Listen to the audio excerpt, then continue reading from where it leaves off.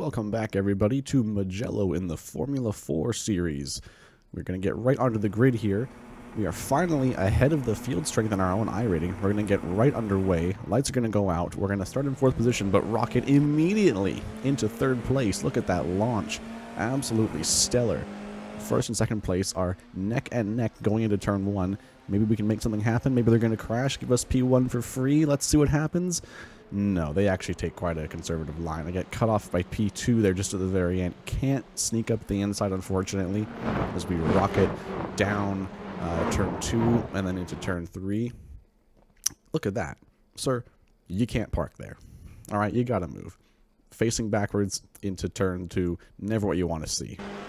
But jumping back on board with the car right behind us in P4, we're going to throw a little defensive shape coming into turn 4 here, but not going to have to make anything happen, thankfully. He does not go for that move. It's a pretty hard place to overtake. There's really only a few places to overtake here.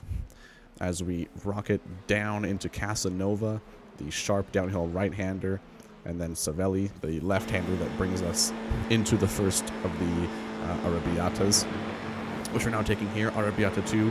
We're going to actually lift off the throttle here, but go wide onto the dirt. But the car behind us actually goes even wider, as you can see. And so he gets overtaken for 4th place. But then the person in front of him locks up. And now they're going side by side. A little bit of contact.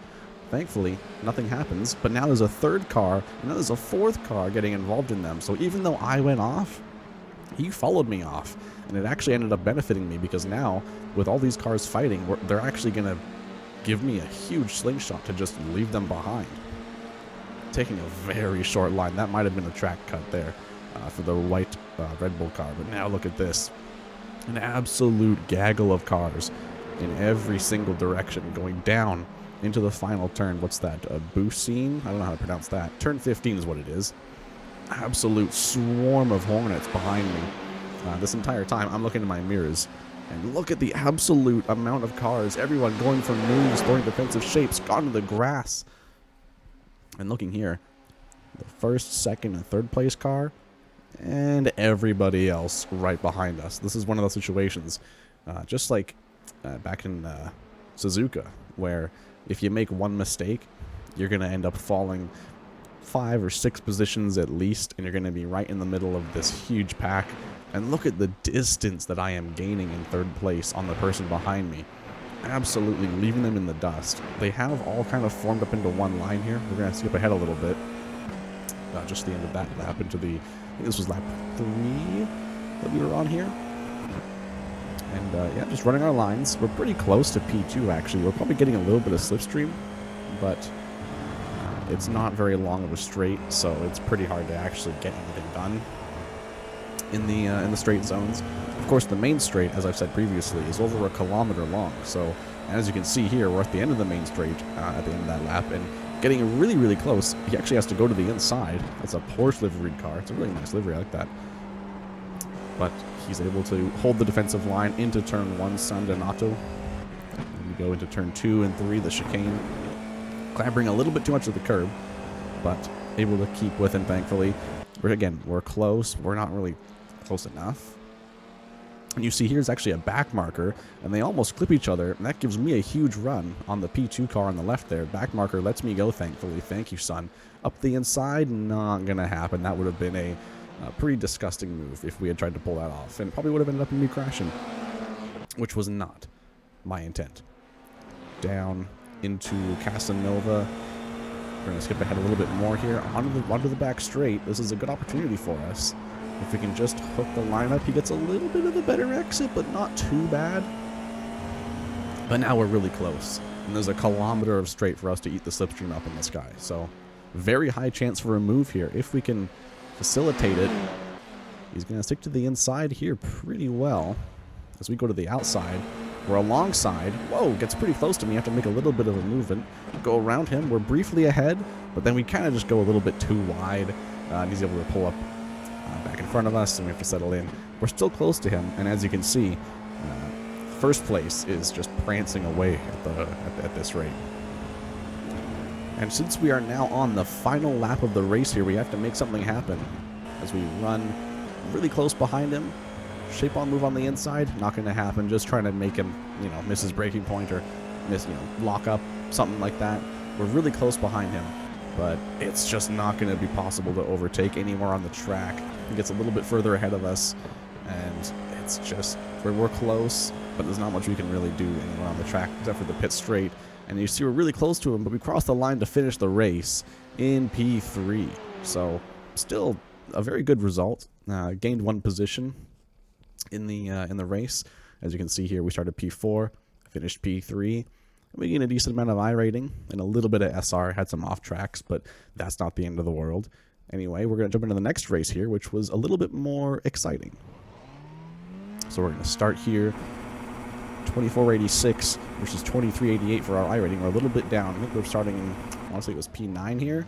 P11. It's pretty far back. Get an okay exit. It was alright. Not bad, not good. Didn't lose, didn't gain. But we're right in the thick of it, as you can see. So we have to make sure that we don't get overtaken or hit. That's more of a bigger threat, to be honest. We're going to stick down the outside, which is not the safest place to be into turn 1, but thankfully no one has any huge accidents. We're just going to roll on through. We're given a lot of space on the inside. And we're just going to continue as we normally do. Oh, there's an accident. What's going on here? We're in the middle of this, and whoa, 1 car hit a second car, third car, 4. There's at least 4 cars involved in this massive incident that you saw at the beginning of the video. So let's jump on board with this guy here who kind of saw the whole thing. That guy goes spinning, hits the dummy car that flies him off, and then there's actually a separate incident to the right involving, I think, 2 Red Bull liveried cars, which is very poetic in my opinion. But yeah, that was a pretty fantastical incident. Let's take another look at it from this angle here. We see the Marlboro car hits that test dummy car, and then on the left side there was the 2 Red Bulls getting involved with each other. And then these 2 guys have their own completely uninvolved accident. Look at that, they just kiss each other, and then one of them disappears. So this is what it looked like from my perspective, running into the incident pretty much in the middle of the pack. It was pretty scary. So again, he gets hit right in front of him, right off the track. Whoa! And then that car goes flying in front of me, and then those cars go spinning. It was a pretty insane situation. But as you can imagine, we gained a fair few positions out of it, and we didn't get hit, thankfully, although it kind of felt like luck. As you can see, we got a little we got overtaken by the purple car ahead of us. We weren't able to keep the position, but all things considered, I'm just happy we're alive. We're just going to keep our head down for the rest of the race and try and get a good position by the time we finish on lap 9. Up the second Arrabbiata here. Pretty far away from the guy ahead, but same for the guy behind. So despite the insane start to the race, it kind of seems like we're going to actually have a bit of a sleeper, since there's not a whole lot that we can do from this position except, you know, what you normally have to do in a Formula race is just run your lines as quickly as possible and hope that you can be marginally quicker a second over a lap. With the car ahead, going into the final turn, is going to have a big lockup, and we're going to go up the inside here, get real close, and now we're right in the slipstream. This is the beauty spot you want to be in, because now we're going to have a huge overspeed, get right up behind them, run to the outside. The other car behind is also going to make a move. Let's see what happens going into the turn. All 3 of us side by side. Whoa, we actually hit the car on the inside there. That was an accident. I'm sorry. We actually end up going to the back of the pack 3 ways there. So we got overtaken by one who overtook both of us, actually. The guy in the back was the most benefited out of that situation. Running over the curb, not a big problem. And now we're still 3 abreast, but I've dropped to the back, and the guy who was at the back has dropped to the front. So, crazy shakeup. And we're going to get a bit of an overspeed here, running down into Casanova. But again, unless you're pretty much side by side, there's not a whole lot that you can actually do about that. So yeah, we're just going to stay close, try to make a move happen. But most importantly, we're not going to get into an accident. You know, that's something that you can really throw these F4 cars down a corner, and sometimes the driver, as there's a bit of a lockup ahead and they're scrambling now, can we get us a look here up the inside? We're a little bit alongside down into the turn. I was pretty confident on the brakes, but not that confident. He shoots ahead of us again. But yeah, like most drivers will move out of the way to avoid having their car wrecked, since Formula cars are so fragile. But it's frustrating because you don't want to move over because someone dive bombed you. But you gotta do what you gotta do to survive. So the cars are heading out alongside, and there's almost a bit of contact between the purple car and the car ahead and me. That was almost disastrous, but now we're just alongside. And look at this. This was actually genius. So this guy gave me a tow, right? And then I got ahead, so he gives the other car a tow, which I can see what he was doing. He was trying to manufacture a battle between the two of us, and he would run away, which I thought was really smart. But look at this. We're going to go around the outside and the inside of the car who was ahead, this number 9 car. And now, look at this. He's in P3 relative to this battle. He tried to facilitate a fight between the two of us as he gets really close to this car, and he almost kind of gets run. Ooh, he gets hit a little bit and run onto the gravel a little bit, but no harm, no foul there. And this is actually the leaders. It was 2 Renault cars, which was funny. So I guess it was Alonso and Fisichella. And this third place car was quite close to them. So the top 3 were actually really close to each other all race, but didn't fight enough for anyone to fall back. Back onto us, though. This is, I think, a lap later, actually. We're looking to finish any higher than we possibly can. But these are the 2 cars ahead of us, actually. They're going to go side by side, just about. It's a blue, is that a Ferrari? I think so. They actually have an overtake done into turn 1, but then I come up the outside. Not able to make a move, obviously, way too far back, but now I'm involved in this fight at least, which is nice.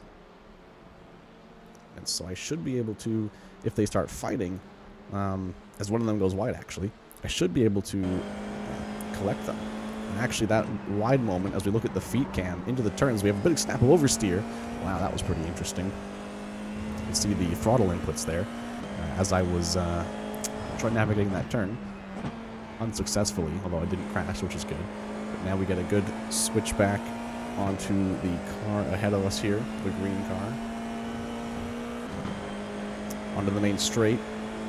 Really close. We're finally alongside. We have the overspeed, but he has the inside line. And I find into turn 1, the inside line is quite good when it comes to defending your position.